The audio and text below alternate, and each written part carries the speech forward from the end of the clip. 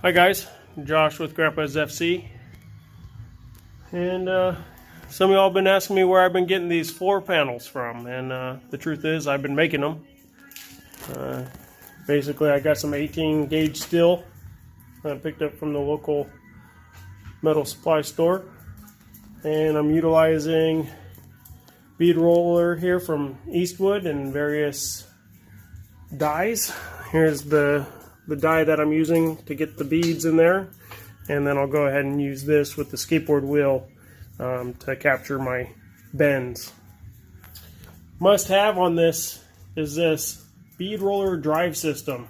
If you don't have this, a bead roller is pretty much useless.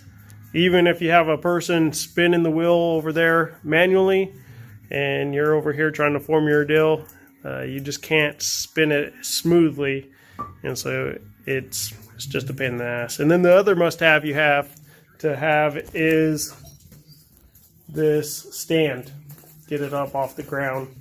I threw some rollers on mine, so it's easy to move around my shop. And then the third thing is you need to have a Hemi. Yep, that's right. Of course, there's no Hemi in that. Got an LS in that bad boy too. But I'm willing to put a Hemi in there if anybody wants to send one to me. Make sure it's a modern Hemi. Heck, I'll take a Hellcat. Alright. So, what we're going to do is try to match this one. Line it up with that one over there. I have this one, which should be almost the exact template, except for where I have my steering gearbox going over on that side. So if I make my marks correctly, which has been a struggle for me today, then it should go smoothly. Otherwise, I'll be wasting more metal. Fortunately, in this project, I've been pretty successful, except for this stupid panel for some reason. This is the third go at it. So let's go ahead and get started.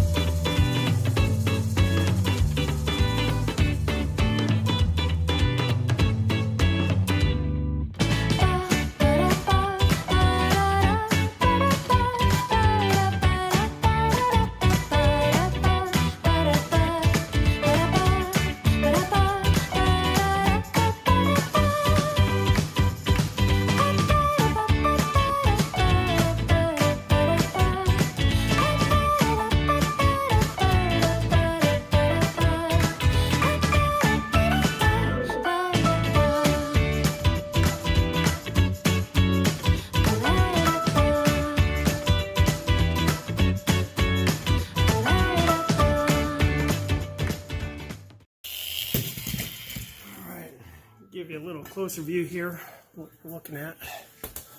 So I went ahead and made 3/4 of an inch on this top portion here. This is for all my bends, 3/4 of an inch. And then I made a inch buffer to where, before I start putting in all my die marks. I got my center mark, and then here's some more die marks down here, and obviously inch buffer at this portion, and then an inch buffer from the crease. I found out that if I do all these bead roll portions first and then go back and do this portion, the overall bend in the floor, And you start to see a finished product. I'll do these beads first, then like I said, this one next, and then I go through and do the edges, the mounting edges. Seems to make for the best product at the end, at least for my abilities. All right, gotta go ahead and swap out my die.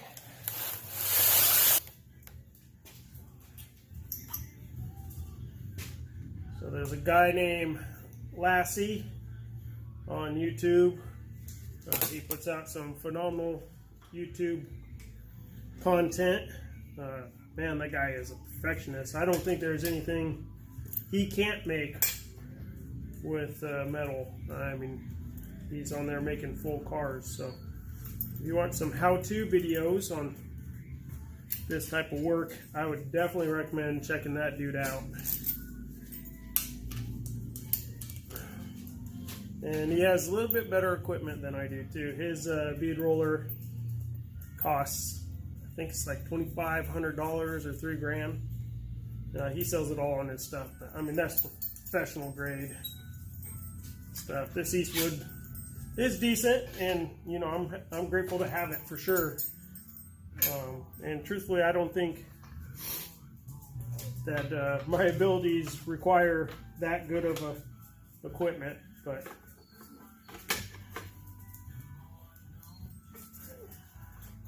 So then we have this here. You want to make sure that when you're lining up these dies right here, that you get them lined up as perfect as possible. Because if you don't, what tends to happen is that your bead will be offset and it just doesn't look very well, very good. So go ahead and get these lined up. Oh, Miss Henny, you helping me? You're such a good helper. Key to this, go slow and you measure. So I'm going to go ahead and start with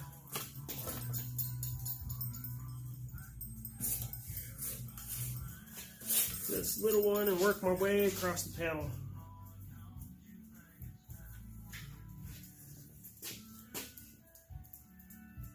That right there is where I feel it tightening down, and I've been going 3.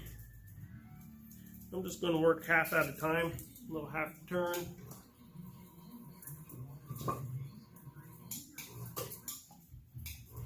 I don't know if you could notice, but this handle right here is actually the 4-wheel drive lever off my FC. I win 2-wheel drive with it because when I tend to 4-wheel, I tend to bash stuff, and that's just not where I wanted to go with my grandpa's FC. I wanted to keep it a little bit nicer than that. Although it's going to be more of a rat rod, I didn't want to deliberately throw it into trees.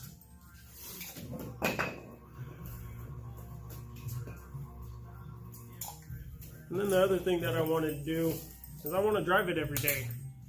I want to get in it and think of my grandpa every time I started up and him smiling down at me.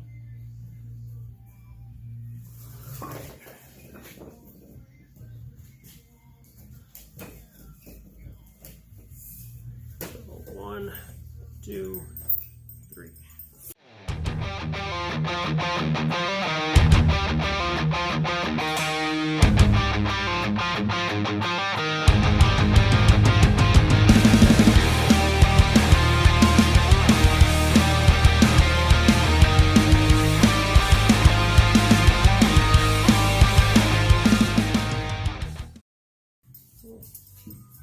See what we got so far. Not looking too bad. A little bit of warpage, but that's pretty much what you're going to get in this type of operation.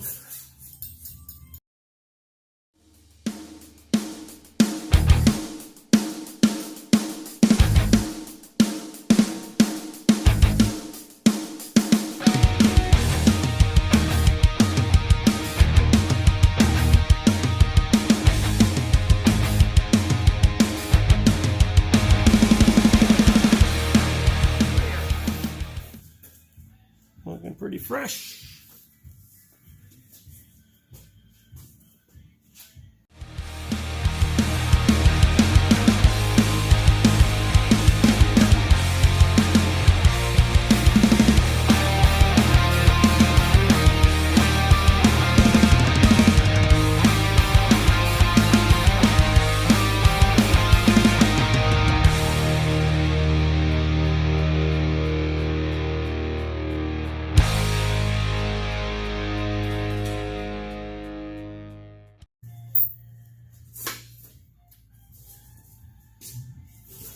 Boom. Really not so bad. Pretty straight. Little wobbly move. That's alright. Cool. Hopefully I got this lined up right. I think so this time. Finally. Alright. So I gotta go cut the notches.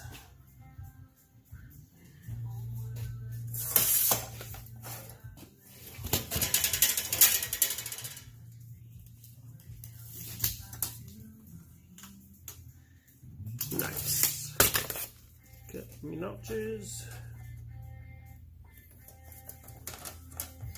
Using my hand dikes.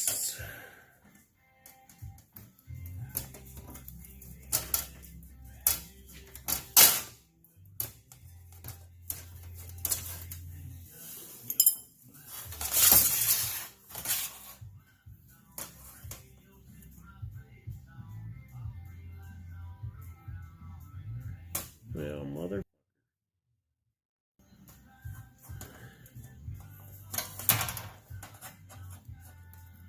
That's a dumb mistake.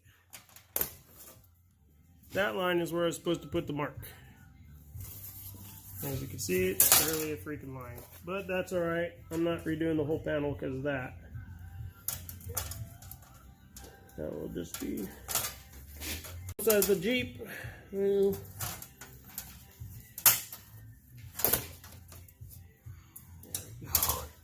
jeez, that's not what we're wanting, but I gotta make sure I do that one. So I'm gonna make sure that I X out this one here and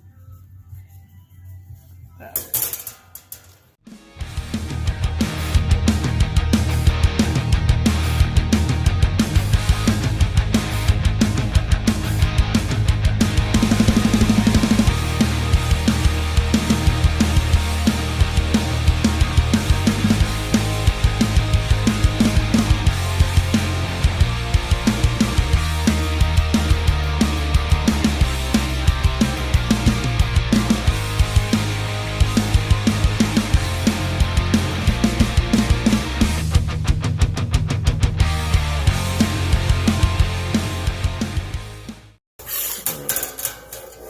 Get these bad boys out.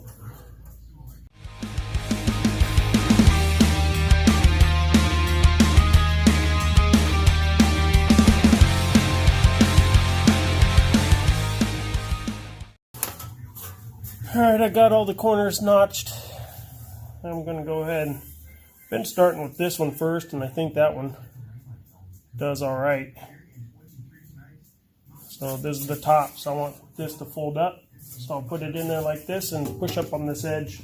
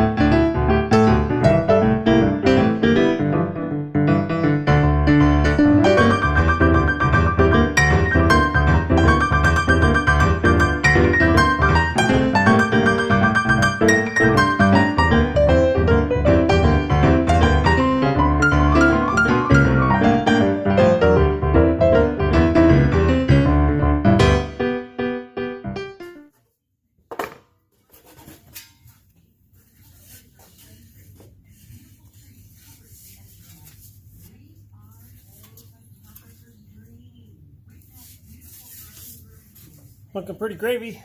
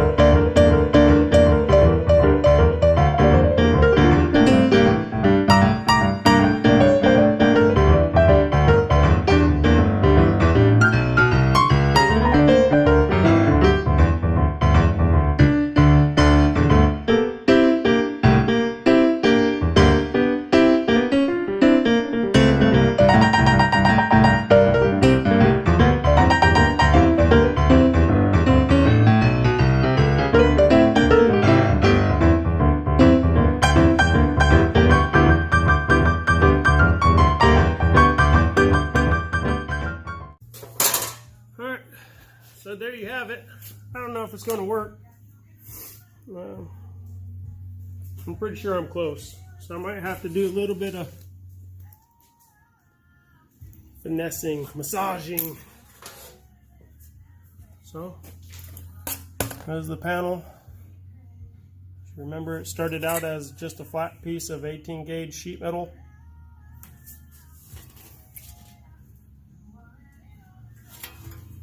This video is already pretty long, and you could only fast forward so fast. So, yeah, go ahead and try it. See how it looks. I'll keep you posted.